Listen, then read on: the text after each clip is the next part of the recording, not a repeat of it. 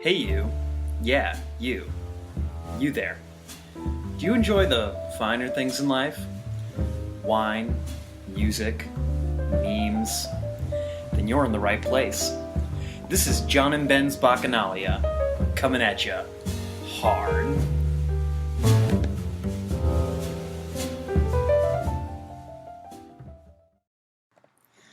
Good evening, ladies and gentlemen of the evening.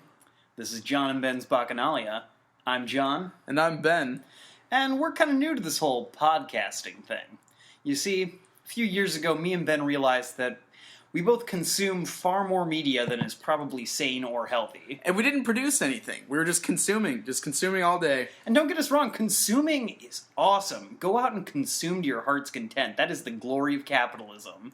But we figured we'd give a hand at producing something too. Right, we want to make something. So thus, John and Ben's Bacchanalia was born. And you know, I think it's going to be fun. So just be patient with us while we kind of work out the kinks of how we do all this. Fix yourself an alcoholic beverage. We've got some. That's what we're doing right now. So what are we drinking tonight, Ben? Well, we're drinking Seagram's gin. Seagram's Peach Twisted Gin. Yeah, see, John likes fruity stuff. I don't complain, but that's what we're drinking. You better not complain. John's got a sweet tooth. Yeah, I do. You know, it's because I'm so sweet. Anyway, John's drinking it way better than I am because he's drinking it with some, what is that? Peach? This is black mango tea from Quick Trip. And I was drinking with some apple juice because I had a low blood sugar. So I did have gin and juice for a while there, but now I'm just drinking it with Diet Dr. Pepper. On gin and juice. All right, guys. So tonight we're going to be talking about the new. Is it a Chance the Rapper project, Ben? Well, I mean that's what everybody said at first, but technically it's Donnie, Trumpet, and the Social Experiment. Chance the Rapper is still technically part of the Social Experiment, so don't worry. You're still going to get your dose of Chance. Dropped like 2 days ago. On iTunes for free. On iTunes for free. So you know that's fucking great. You know, consuming for free is the best kind of consumption. It's true. Anyway, so it's technically a hip-hop record, but as you're going to find out as we talk, like, it's a little more complicated than that. Even if you're not really a hip-hop fan, there still might be something in this record for you. So, Ben, you got the notes. You can get started.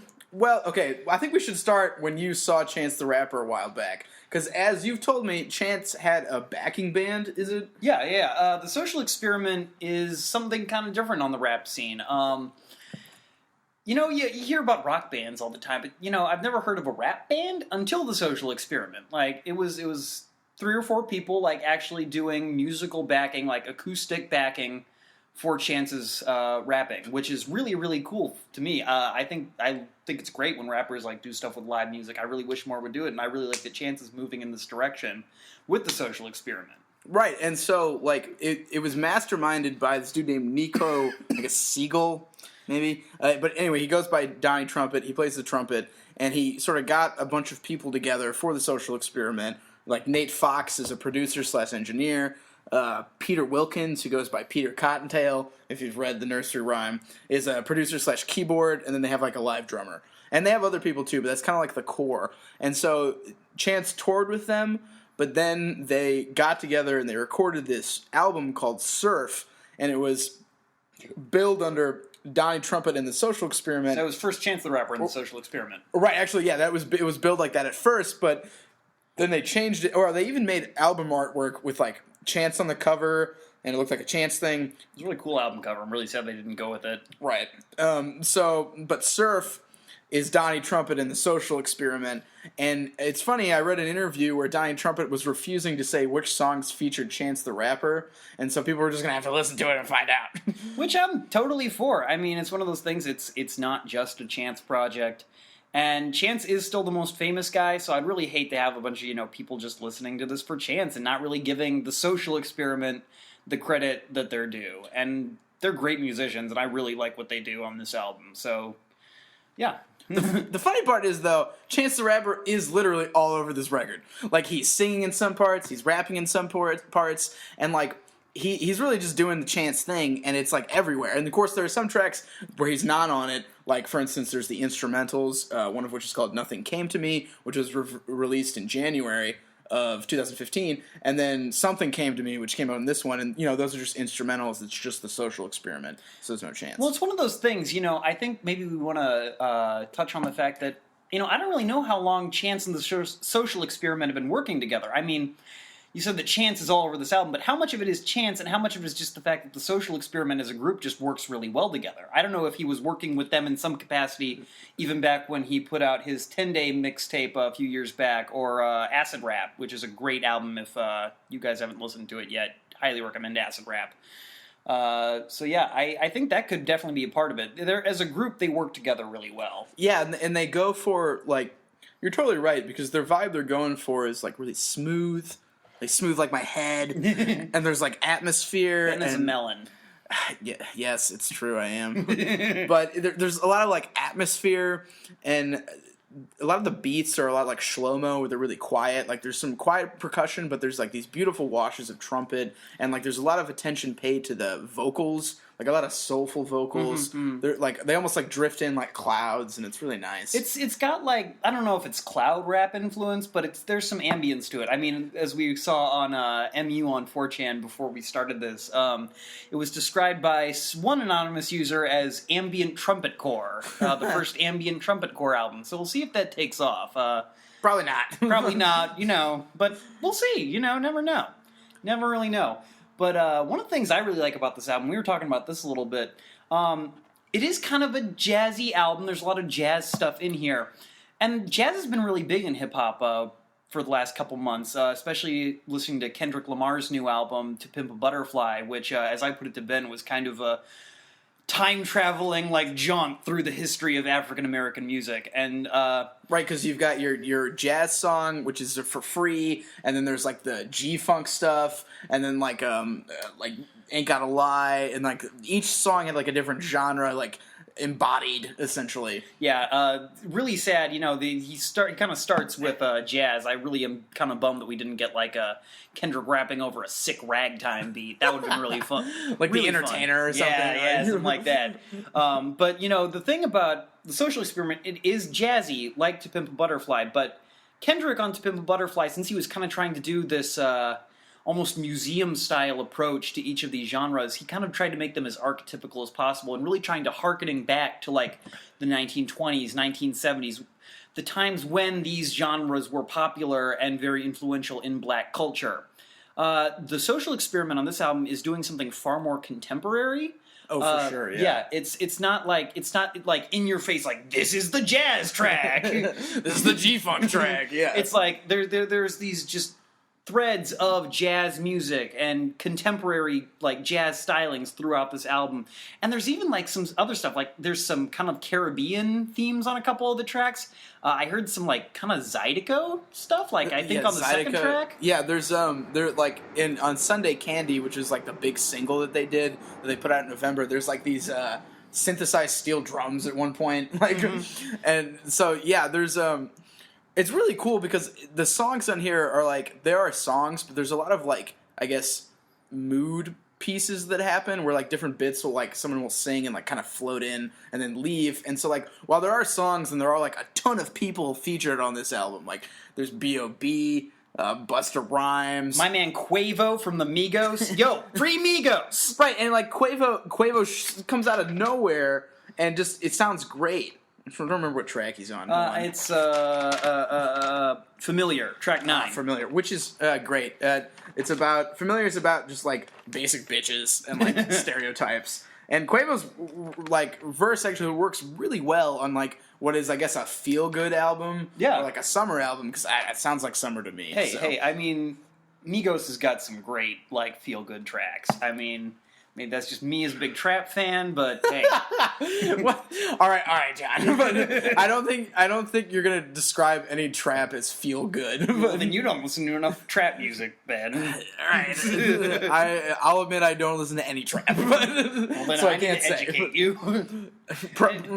Yeah, I guess I need some learning, some trap learning. Anyway, so like kind of Ben was saying, like this album, like there's kind of almost an ethereal quality to it, and the way he was kind of describing, I agree. Like it's got an ambience to it, and it's very atmospheric.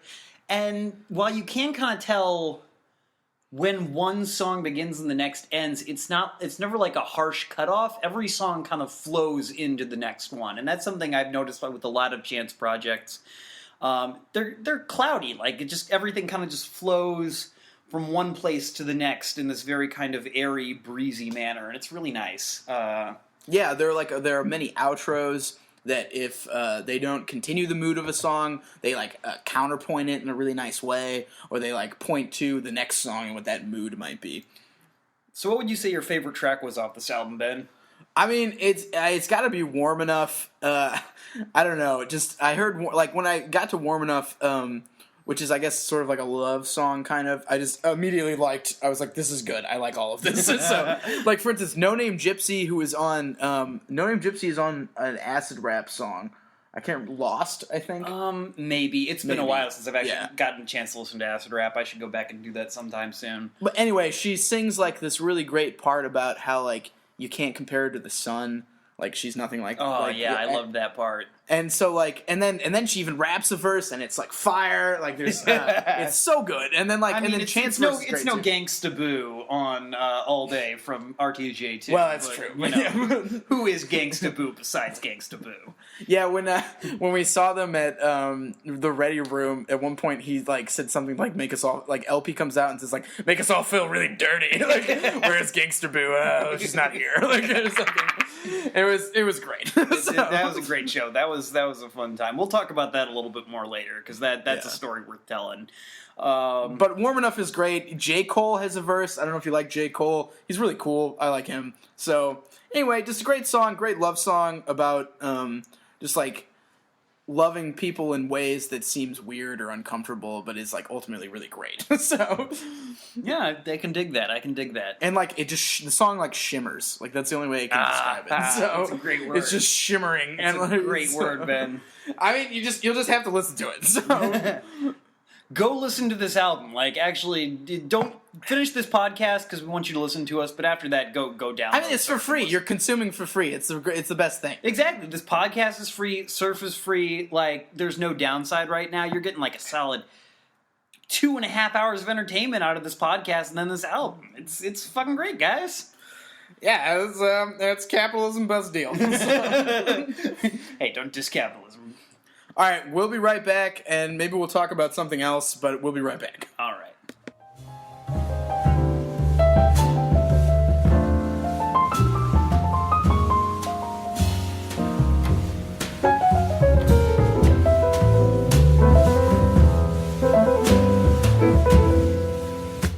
Welcome back, boys and girls in TV land. This is going to be a segment me and Ben have been talking about. We're just going to call it the Consumption Roundup. And we're just going to talk about, what we've been reading lately, what we've been watching lately. Video games we've been playing. Yeah, if we've been doing any video gaming. I guess we'll just get started with you, Ben. You said you've been reading Blood Meridian by Cormac McCarthy. Why don't you tell us a little bit about that? Well, I just want to say I'm also consuming this apple right now. So that's number one on my list of consumptions. And I am still consuming copious amounts of gin and tea. Right. So anyway, I've been reading Blood Meridian. I don't know if you've heard of Cormac McCarthy. He's an American author. He's been described by David Foster Wallace as Faulkner on acid. He writes a lot about cowboys. Right. Western stuff. It's interesting. Sorry. No, feel free to interject anytime, John. All right, then. 2 of his books have been turned into movies. No Country for Old Men, which is directed by the Coen brothers. Great movie. Great book. Best picture, right? Yeah. When was that? 2006, oh, man, I maybe? don't remember. Probably not 2006. 2008. I want to say 2008. Sometime in the mid-2000s. Yeah, it was when, Juno came out, too. I like Juno better. It was a great movie. I don't know what you're talking about. So, I like Juno. Sue me. Fine, I will. Right. I'll take you to court. Violation of taste and ethics. Anyway, all right. So, Blood Meridian has been called by some by his masterwork. The entire thing is about, in 1849, Americans were contracted to scalp Indians and make the area of Mexico and the Sonoran Desert safe for the Mexicans. So they were hired by Mexican government, you can earn, I don't know how much money per scalp, and you could just ride around and kill all the Indians you wanted, and you got paid for it. And so the book is about, it's essentially like a fever dream, and it's about violence and like its regenerative powers, and it's about like fate and how in this like, and there's a lot of talk about the landscape, and like there's these huge, like they talk about the landscape and how it affects everyone and like drives them to violence. And so there's this one character who is he's amazing. His name is Judge Holden. He's 7 foot tall. He's described as being bald as a stone, and on his rifle he has a silver rifle, and inscribed in it is "Et en Arcadia ego," which means, and even in Arcadia there am I. Which I guess saying that even in this lush pastoral Greek landscape, Arcadia is kind of like the archetypical like paradise Eden kind of like metaphor in a lot of Greek mythology. It's kind of like this unsullied pastoral wilderness where like everything's nice and beautiful and perfect. Right, and even in there is Judge Holden, and Judge Holden is he's a great fiddler, he's a dancer, he kills and rapes children. Arson, murder, and jaywalking right there. There's this really long extended scene where they're being chased by Indians and they've run out of gunpowder, so Judge Holden leads them to a top of a volcano, and they all piss into this thing of saltpeter, and they like make gunpowder while the Indians are like right around them. Not gonna lie, that seems very, very like I don't think that actually work. Well, so Judge Holden is a genius, but he's also like Satan. I'm convinced that he is like both the devil and man or something. But they make gunpowder, and there's a part where they're pissing. But like at one point, he gets new clothes, and they're described as he has a Panama hat, and it's two sides of one hat that have been sewn together so well that you can't even tell there's a seam. And so for some reason, I think that describes Judge Holden really well for some reason, but I can't quite nail that down. But anyway, I'm going to get the book real quick and read you a bit, and then John's going to take over. So, all right. Contents of the panniers exploding soundlessly in the hot, dry air, and it fell through sunlight and through shade, turning in that lonely void until it fell from sight into a sink of cold blue space that absolved it forever of memory in the mind of any living thing that was. That's, I think, kind of where we get the Faulkner comparisons, because McCarthy's really wordy, but it's like it's not wordy in like a superfluous or like irritating way. It still remains very like punchy and impactful, which I really appreciate personally. Also, the book is incredibly violent. Anyway, I mean, yeah, well, it's a very grim Western right there. There's a tree of dead babies at one point. That's fucked up, Ben. Why are you reading that? That's fucked up. Because it's awesome. All right, John, so what are you going to talk about? Well, I am going to talk about, sorry to do another music review in one podcast, but I'm going to be talking about the new Sufjan Stevens LP, Carrie and Lowell. For those of you who don't know who he is, Sufjan Stevens is an indie music darling. He kind of shifts between like Baroque pop, folk music, and electronica in varying ways.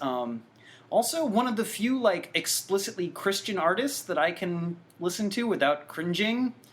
He writes about Jesus, but it's not like in the typical Christian music, like replace the word baby with Jesus, and that is the extent of the Christianity in it. Wow, that's I've never noticed that before. That's totally what it is. It sounds so like pained and desperate. It's because they want to say baby. And Exactly. They don't say, Exactly. Anyway, so this is his latest LP. Again, it's called Carrie and Lowell. Just came out about a month ago, and it's basically what I've been listening to between Migos mixtapes. So, anyway, this is kind of a departure from Sufjan's most recent album, which came out in 2010, The Age of Odds, which was insane. Basically, it was just a huge blending of folk and electronic and all these things. Like, it was super massively produced. Wasn't there like a 26-minute song at one point? There's a 30-minute song. Last track, Impossible Soul, is over a half an hour long. It's amazing. But this album has Sufjan really kind of coming back to his roots at some level. It ditches a lot of the kind of orchestral style production that have characterized a lot of his albums in the last few years, and kind of brings it really back down to kind of a singer-songwriter thing. It's just him singing and him playing his acoustic guitar. I think Sufjan can play like 15 instruments, which is really impressive. Yeah. He is a musical savant. Anyway, so this is a really, really great album. The kind of central theme of this album is Sufjan's relationship with his mother, the titular Carrie, who, from what I have learned, was very mentally ill throughout Sufjan's life. Wasn't she schizophrenic, I think? She was schizophrenic and an alcoholic and kind of just constantly in and out of her son's life. And she apparently died about a year ago, and this album is all about Sufjan kind of coping with this and the fact that he's just grappling with questions of death and faith and, familial love and a little bit of romantic love. I don't think that's so much about his mother, but apparently Sufjan went through a very, self-destructive phase after his mother died. And so I think that kind of some of that finds its way into this record, too, within the same kind of theme. Highlight tracks on this album, the opening track, what's it called? The first track, Death with Dignity is what it's called. It's a fantastic track. Really kind of... It's definitely kind of one of the most lush tracks on this album. Even though it is just him with his guitar, it's very bright. Really kind of very catchy lyrics to it. It's kind of poppy in sort of a sad way. It sounds like Sufjan. Yeah, it's a very it's definitely the most familiar track you'll hear if you listen to this as a Sufjan fan. It's very much reminiscent of a lot of stuff he did on Seven Swans. Second track that's great is 4th of July, which is an absolutely gorgeous track. I will freely admit that this track has brought me to tears on multiple occasions. It takes the form of Sufjan kind of playing the part of his mother, speaking to him from the afterlife and kind of talking to him in these very almost cute, little rhyming couplets and calling him little pet names like my little dove and things like that. But it gets kind of dark too because it's very much a track about the inevitability of death and one of the lyrics is what did you learn from the Tillamook burn or the 4th of July? We're all gonna die. Wow. Yeah, it's kind of heavy. So and again, it's very much it's a deceptively heavy song because it's very sing-song and again almost like a nursery rhyme until again you get to these very whammy kind of lines we're all gonna die. And again it's this weird way that Sufjan is grappling with his dead mother and his love for her and her love for him and kind of how he's dealing with her being gone and kind of this vision of her that he has now that she's gone and he's kind of not there with her and seeing her illness all the time and kind of, yeah. And then the last track that I really like is called John My Beloved. Of course you like that song, John. Yes. It has your name in it. Very true, very true. But this one is kind of it's definitely one of the most explicitly religious tracks. Actually, in the last verse of the song, Sufjan explicitly requests for Jesus to come and save him because he's in a very bad place. But I really like Sufjan's explicitly religious tracks. I've kind of I study religion academically, so this kind of stuff's always very interesting for me. But Sufjan is one of the most interesting people of faith I've ever known, and so kind of him reflecting on John, the beloved disciple, unfortunately he's not reflecting on me, John, is really great. Again, just the way that he kind of interprets this figure from the Bible and kind of brings this, again, kind of... there's a parallel here, because again, John the beloved disciple, it kind of is taking place after the death of Jesus and kind of John questioning who he knew and this person that he loved that is now gone and needing him to come back. And it's very much like Sufjan throughout this album, waiting for his mother to come back at some level and wishing that she'd come back and knowing at some level that she's gone. And that just, again, plea for Jesus at the end is very much, I think, Sufjan also trying to ask for God to come and help him since he knows his mother isn't going to come back and do it. This This is a great LP, guys. I'm not gonna lie, it is one of Sufjan's best. I don't know if it's one of his best, just from the standpoint that all of his albums are amazing, like 10 out of 10 amazing. So I think I read somewhere online that there's like sparse instrumentation involving most of the tracks. And yeah, it's very much very singer-songwriter. Sufjan and his guitar, even like Seven Swans, like which is his most acoustic album before this, like still had him kind of like bringing in other instrumentation.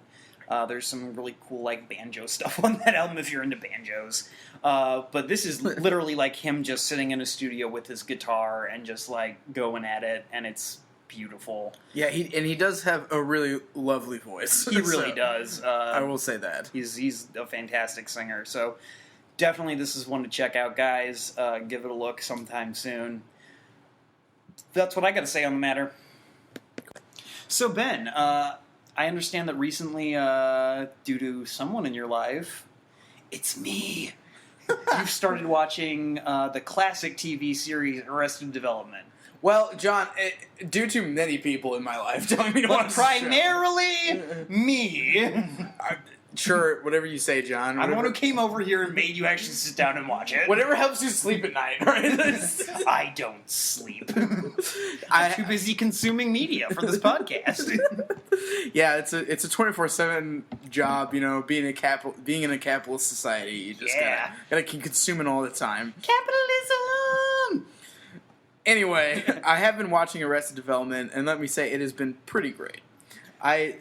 Something about having an ensemble, like, comedy. It reminds me of, like, an ensemble comedic play, except it's a TV show, and everybody gets, like, an amazing joke. Yeah, it was kind of the ensemble show, like we're kind of getting into, like, the age of the ensemble show with stuff like Game of Thrones and, oh, man, what's some other good examples? I can't think of any off the top. Game of Thrones for sure, though, because... Game of Thrones, like, Gotham, if you've seen that, is very kind of ensemble-y. Like, we're kind of out of the age of, like, just the one actor who just, like, is leading the show. And I like that. But Arrested Development, again, it's, like, from the early 2000s. Like, a lot of Bush jokes in this show, which is always kind of like a trip when you're, like, watching the series, because it's, like, they're talking about Iraq and stuff, and it's just kind of, oh, yeah, that happened. Yeah, I'm pretty sure there's this one part in the first season where I think the lead character, George Michael, is trying to make love to Marta, and there's a picture of George Bush, and like he like puts the picture down, and then there's like another picture, and like he just gets really confused at one point. And anyway, there's this like it's a George Bush joke essentially. So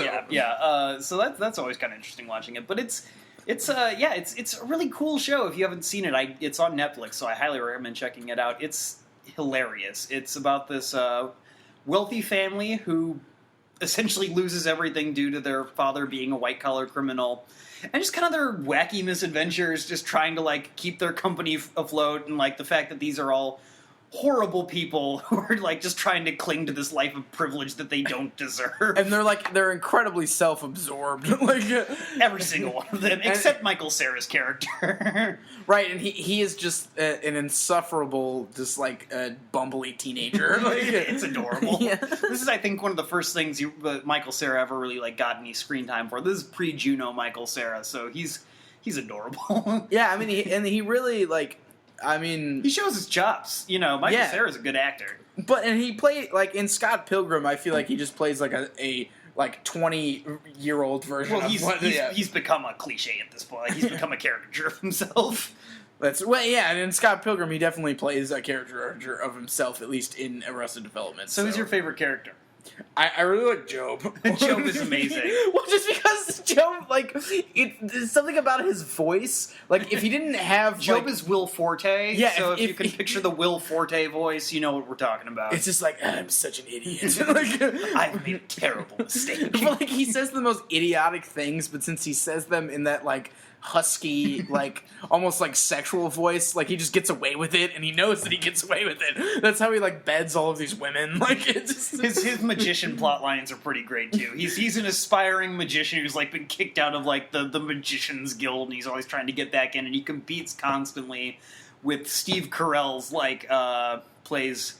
like this like Chris Angel type like edgy punk magician who does like all this fucked up shit. It's great. It's great, especially when you get to season 4, which I'm not going to spoil anything for you, Ben, but their relationship gets really funny. Oh, that sounds wonderful. Yeah, So, Ben, you're only like somewhere around like 3/4 of the way through with the first season, right? yeah, I just need to put the first season away. I've like Louis. I didn't know Louis came out, and I'm a devoted Louis fan. So like instead of watching Arrested Development, I just mainlined all of the 5th season of Louis. But so I need to watch more. But Yeah, no, I actually like when I started watching with Ben, like I've been binge watching Arrested Development, and I'm actually all the way through the 4th season again. So yeah, John sat me down and made me watch the rest of Arrested Development. So Ben said he didn't like it at first. I made him like it. well, that's because everybody I'd be like, I haven't watched it, and so then they would show me the first episode, and it wasn't until about the 4th or 5th episode that I was like, all right, I can see where this is going. It's character-driven comedy, so you need a little time to like get to know the characters, get to know their quirks, what they're about, and then that's when it really like picks up steam, and you really get what's going on. Because then they like build things, which is what I feel like that's what TV is all about. Because once you define a character, all you have to do is increase the situation and make the stakes bigger. Because that's all what Breaking Bad is about. And then once you start watching Arrested Development, the stakes become like way bigger, and like there's other situations involved. Well, one of the great things about watching Arrested Development now versus I think back in the like 2003, 2004 is the fact that, again, you're watching it via streaming now. Arrested Development is a show that is really, really built on like running gags and jokes. And so when you're watching it like one episode after the other, you can watch these jokes just kind of rapid fire, like once per episode come out at you. And like they kind of build on their own and become their own like little subplot lines almost. And I described to Ben, like once you get to the 4th season, you almost see how these running jokes have destroyed these people's lives, and it's great. And for those of you who are Archer fans, Mallory Archer's actress is in here, and she essentially plays Mallory Archer. That's what I actually noticed that because I'd seen a couple episodes of Arrested Development, and then I saw a couple episodes of Archer, and I was like, this is essentially the same person. It is. It's really the same person. She's not a spy. She's like a spoiled like Orange County housewife, but she's still my favorite character. And she's self-absorbed to the point of just like utter ridiculousness. So she's everything I want to grow up to be. I want to grow up to be a selfish, drunk, rich white woman and just be old and cantankerous and judge people. Sorry, that's me just getting off of my dream tangent. Well, one of the best jokes is when George Michael says early in the first season, like, George Michael is Michael Cera. Right? Or well, who's the dad? That's just Michael. Well, then Michael says, "No more parties, Ma," and then she goes, "You're my 3rd least favorite child." she has 4 children. Also in the very first episode, she goes, "I love all my children," and then smash cut. She's like drinking something, and she just goes, "I don't care much for Job." No one but Ben cares much for Job, and you're just like, "What a bitch!" But she's wonderful. Yeah. So anyway, it is good television. It is great television. If you have not checked the show out, like I said, it's on Netflix. You really have no excuse to not watch it. Last season came out a couple years back. I want to say like 2 years ago, and I keep thinking that they keep talking about making a season 5, but they're just not around to it yet, apparently. Or they're doing a movie or something. I don't know. It's Ron Howard's project, and who knows what that guy's doing. Yeah, he's a crazy one, that Ron Howard. Do you even know who Ron Howard is? Well, didn't he show up in the Avengers? Wasn't he in the Avengers? I don't think so. Yeah, not in the Avengers. He was in the second Captain America movie. As who? He was What was he doing in this He was that dude that got killed. He was like the evil mastermind, Ron Howard. Like, Ron Howard, does he have red hair? Yes. Yeah, this is the Ron Howard I'm talking about. Oh, okay. Yeah. Well, I don't know. He was the villain in the second Captain America movie. I'm not into comic book movies, guys. Well, it's funny because he was in that movie, and that movie was the Captain America conspiracy movie, and Robert Redford was in All the President's Men. I don't know if you've seen that. Why are we talking about Robert Redford now? Oh, Ron Howard, Robert Redford, I've conflated the two. Yes. Okay. So then it was not Ron Howard? No, it wasn't. So Ron Howard was not in the... Yeah. We apologize, dear viewers, for Ben being stupid. No, I'm just drunk, okay? We're like halfway through this bottle of gin now, and I'm just confusing everything. So it doesn't matter. That's just how consumption takes its course. So. It's true. Capitalism is not about facts. It is about consuming things, and we have done a great deal of that. But we're finally producing something, and we want to thank you, viewers, for or listeners, for tuning in for our first attempt at creating something instead of consuming it. This is a little shorter than I think these are typically going to be, but again, we're still feeling it out. We're gonna have another one of these out hopefully next week. We're gonna try to have like more of a sketch of what we want to actually do. A map, a cartography, if you will. Yeah, so hopefully next week will go a little bit smoother. I hope that you guys don't think that this is too awful, so... If anything, it's a couple laughs. Maybe you've heard about some stuff you don't know about. We assume that if you're listening to this, it's because you know Ben and I, and you're doing this out of pity at some level.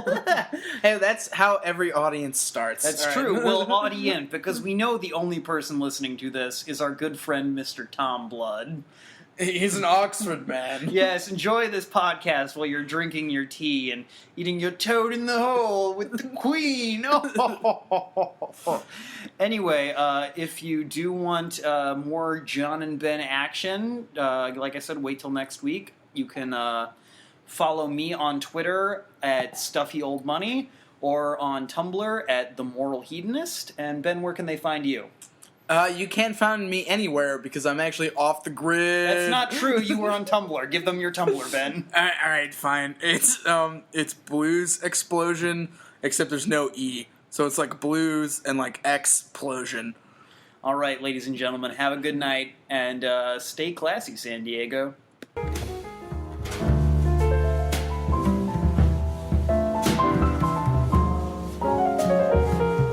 Our theme music has been Differently Still by Bad Man Not Good off their third LP. If we're violating any copyright laws, please just let us know and don't sue us. We'll change it, we promise. Thanks. Have a good night, guys.